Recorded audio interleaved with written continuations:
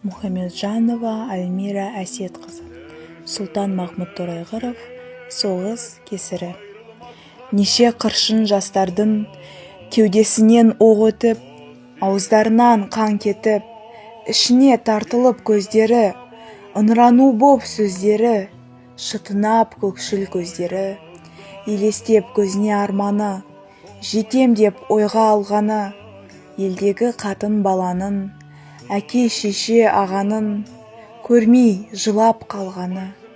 Міне сондай заманда, жау әскері қаланда, мал мүлкіңнен күдеріс, ажары тәуір қатын қыз, зорлауы мен таланда, талай милар бұрқырар, саз балшықтай табанда.